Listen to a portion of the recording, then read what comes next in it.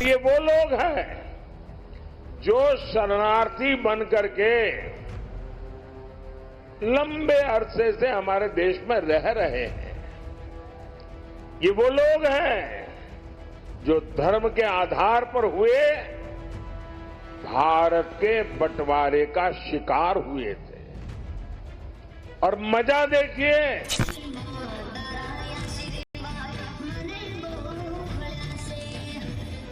ज्यादातर इसमें मेरे दलित भाई बहन हैं, मेरे ओबीसी समाज के भाई बहन हैं, मेरे पिछड़े भाई बहन हैं। बहुत खुश हूँ मैं, ये मोदी जी को बहुत बहुत धन्यवाद कहना चाहती हूँ, क्योंकि आज मोदी जी की वजह से मैं हिंदुस्तानी कहला रही हूँ। देवता है जो हमारे भाइयों को नागरिकता देने के लिए संसद भवन में भी जंग लड़ी के भाई इनको नागरिकता देंगे, कुछ भी करेंगे, हर हाल में नागरिकता देंगे, और उन्होंने अपना वादा निभाया। दुनिया देख रही है कि भारत के लोगों को मोदी की गारंटी पर कितना भरोसा है। बहुप्रतीक्षित नागरिकता की मोदी मार्का गारंटी का ये वो सबसे नया प्रमाण जिसमें हिंदुस्तान के प्रधान के शब्दों का मान है। 140 करोड़ की आबादी वाले देश के सबसे बड़े नेता के आश्वासन की वास्तविकता में बदल जाने का ये वो साक्ष्य जिसमें दशकों तक सरहद पार धार्मिक भेदभाव के शिकार हुए लोगों का सम्मान है। ये प्रधानमंत्री नरेंद्र मोदी के भरोसे का वो सबसे बड़ा नया सबूत जिसमें कतारबद्ध खड़ा एक एक शख्स अभिभूत है। नीली फाइल थामे इन लोगों को दुनिया के सबसे बड़े लोकतंत्र में नई नागरिकता मिली, लिहाजा आह्लादित हैं। पाकिस्तान में हमें बहुत दिक्कतें थी, मतलब हम लड़कियां वहां पढ़ नहीं पाती थी और घर से बाहर नहीं निकल पाती थी, मतलब निकलना था तो भी हम बुर्का पहन के निकलती थी वहाँ मुसलमानों का वो करके। और हम इंडिया में आए तो बहुत अच्छा हमें लगता है, हम पढ़ लिख रहे हैं, मैं भी 11th क्लास में पढ़ रही हूँ और मैं ट्यूशन भी जाती हूँ, अपने आप से मर्जी से मतलब बाहर भी निकल सकते हैं, तो बहुत अच्छा लग रहा है। ये सिर्फ 14 लोग नहीं जिनके नाम के सामने हिंदुस्तानी मोहर लगी, बल्कि 300 ऐसे लोग हैं जिन्हें भारतीय नागरिकता कानून यानी CAA लागू होने के बाद पहली बार भारतीय होने का गौरव मिला। इन 14 लोगों के अलावा जिन्हें नागरिकता मिली, उनका प्रमाण पत्र ईमेल किया गया। अस्तित्व की खोज में बरसों से भटक रहे इनमें से ज्यादातर वो लोग जो इस वक्त दिल्ली के आदर्श नगर और मजनू का टीला इलाके में रहते हैं, जो उत्साह के अति पर है। पाकिस्तान से आए हिंदू शरणार्थियों को सिटीजनशिप अमेंडमेंट एक्ट के तहत उन्हें आज नागरिकता मिली है, और हमारे साथ वो तमाम लोग हैं, आप देख सकते हैं, जिन्हें भारत सरकार ने भारत की नागरिकता दी है। ये वो लोग हैं जिन लोगों ने पाकिस्तान में अपने शोषण और दमन को देखते हुए वहां से एक शरणार्थी के तौर पर ये भारत पहुंचे, जहां लंबे संघर्ष के बाद भारत सरकार ने इन्हें भारतीय नागरिकता दी है। इनके हाथों में दिखाना चाहिए, देखिए इनके हाथ में जो आप ये देख रहे हैं, ये नागरिकता का वो प्रमाण है, इनको सर्टिफिकेट है, जहां देख सकते हैं कि government of India, ministry of home affair. और ये दिखाना चाहूंगा कि देखिए इसके अंदर इनकी जो नागरिकता के जो कागजात हैं ये इन्हें मिला है। ये हरजी है इनका नाम है, जो ये आदर्श नगर में रहते हैं और ये पाकिस्तान से आए हैं। हमने बहुत संघर्ष करा है, हम बिना लाइट के अपने यहाँ जिंदगी काटी है, और भी बहुत तरीके की हमारे को दिक्कत है। आधार कार्ड बनने में बड़े टाइम लग गए, बैंक अकाउंट हमारे नहीं थे, हमारे बहुत दिक्कत थी, आने जाने में कहीं दिक्कत होती थी, ना हम कोई काम कर पाते थे। जहाँ पे जाते थे हमारे को सब बोलते थे पाकिस्तानी पाकिस्तानी है, ये पाकिस्तानी। ये मोदी और अमित शाह, बजरंग दल, विश्व हिंदू परिषद, इनकी सबकी मतलब हेल्प से ये हमारे को सर्टिफिकेट मिला है, जिनके जरिए आज हम मेड इन इंडिया कहले जा रहे हैं। रिफ्यूजी कैंप में जिस तरह का उत्साह है, उसके बाद लोग जानना चाहते हैं कि जिन्हें नागरिकता मिली उनकी जिंदगी कैसे बदल जाएगी। क्या ये भविष्य में लोकसभा या विधानसभा का चुनाव लड़ सकते हैं? इन लोगों की नागरिकता स्थायी है या खत्म हो सकती है? तमाम हिंदुस्तानियों के मन में घूम रहे सवालों का जवाब जाने उससे पहले जानिए कि CAA के जरिए पहली बार नागरिकता दिए जाने को लेकर PM मोदी ने क्या कहा। मोदी की गारंटी का मतलब क्या होता है, इसका ताजा उदाहरण CAA कानून है। CAA कानून है, और आपने देखा होगा कल ही CAA कानून के तहत शरणार्थियों को भारत की नागरिकता देने का काम शुरू हो गया। पहले लॉट को ऑलरेडी नागरिकता दी गई। चुनावी सभाओं में जब हिंदुस्तान के प्रधान बोल रहे थे तो उन्होंने बार बार सीएए का जिक्र किया। उन्होंने अपने सियासी शत्रुओं को चेताते हुए नए नागरिकों को कुछ यूं आश्वस्त किया। ये इंडी गठबंधन वाले कहते हैं कि मोदी ये जो सीएए लाया है ना, जिस दिन मोदी जाएगा ये सीएए भी जाएगा। भाइयों बहनों, क्या इस देश में अब कोई माई का लाल पैदा हुआ है जो सीएए को खत्म कर सके? मैं साफ साफ कहना चाहता हूं मेरे भाइयों बहनों,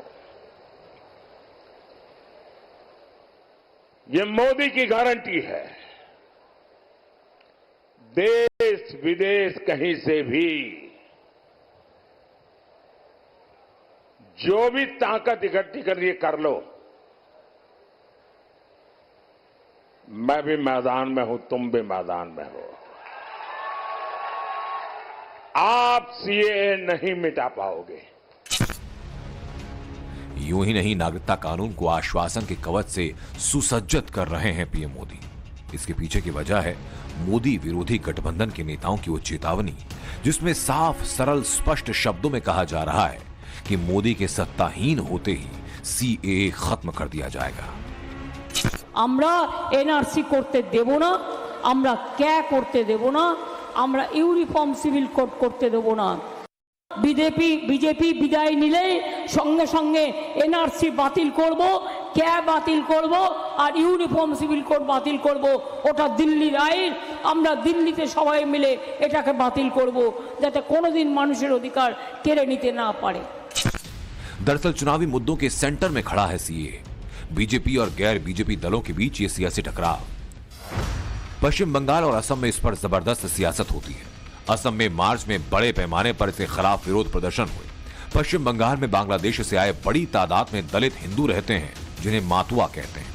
माना जाता है कि मतुआ समुदाय की आबादी 3 करोड़ से ज्यादा है। पश्चिम बंगाल की 5 लोकसभा सीटों पर मतुआ का असर है। बनगांव लोकसभा सीट पर 70% मतुआ वोटर है। 2019 में ये बीजेपी के साथ खड़े थे। ममता बनर्जी इसे महीन साजिश बताती रही। तो जिस असम में सीएए के खिलाफ राज्यव्यापी आंदोलन हुआ, वहां के मुख्यमंत्री प्रधानमंत्री को शुक्रिया कर रहे हैं। लागू हो गया। मोदी जी ने अपना और एक बहुत बड़ा वादा उन्होंने निभाया। हिंदू समाज के लिए ये एक बहुत ही सुखद समाचार है। मोदी जी ने हमारे हिंदू समाज को न्याय दिया। बीजेपी के तमाम नेता सीएए कानून के लागू होने के सियासी फायदे की उम्मीद में हैं, लेकिन जो इसमें नुकसान देख रही है उस कांग्रेस के दिग्गज नेता और पूर्व वित्त मंत्री पी चिदम्बरम सीएए को रद्द करने की बात कहते रहे हैं। We will repeal, amend and or review the following sets of laws. You asked me which are the 5 laws that will be repealed. I'm reading that portion. Repeal 5 laws. 1. The Citizenship Amendment Act 2019. It is top of the list. यही वजह कि PM Modi से लेकर गृह मंत्री अमित शाह तक एक सत्ताधारी नेता बार बार सीएए को लेकर अपनी प्रतिबद्धता दोहरा रहे हैं। अभी अभी हमने ये सीएए को लागू किया है। अभी भी ममता जी, कांग्रेस सब तो विरोध करे, कह रहे हैं हम वापस ले लेंगे। ले सकते हैं। कोई सवाल ही पैदा नहीं होता। ना उनको बहुमत मिलना है, ना सीएए वापस जाना है। जो शरणार्थी आए सबका अधिकार है इस देश का नागरिक बनने का, और मेरे और आपके जितना ही अधिकार जो शरणार्थी बनकर आए हैं उनका है। ये देश का कमिटमेंट था उनको पार्टीशन के वक्त। पार्टीशन का पाप भी कांग्रेस ने किया और पार्टीशन के वक्त दिया हुआ वादा तोड़ने का पाप भी कांग्रेस ने करा है। नहीं कर सकते हुए।